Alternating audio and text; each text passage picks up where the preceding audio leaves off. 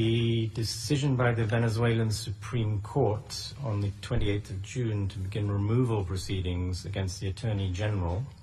to freeze her assets and ban her from leaving the country is deeply worrying, as is the ongoing violence in the country. We're also disturbed by the decision on the 27th of June by the Supreme Court's Constitutional Chamber to declare the Attorney General's appointment of a deputy to be null and void, and to appoint instead a temporary deputy in violation of the appointment procedure under Venezuelan law. The Chamber also granted some of the Attorney General's until now exclusive functions to the Ombudsperson.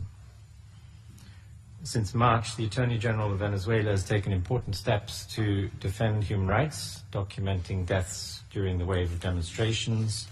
insisting on the need for due process and the importance of the separation of powers, and calling for people who have been arbitrarily detained to be immediately released.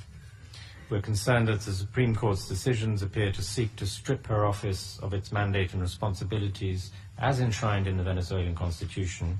and to undermine the independence of her office. According to the UN guidelines on the role of prosecutors, states should ensure that prosecutors are able to perform their professional functions without intimidation, hindrance, harassment, improper interference, or unjustified exposure to civil, partial, or other liabilities. In addition, there are increasing reports that security forces have raided residential buildings,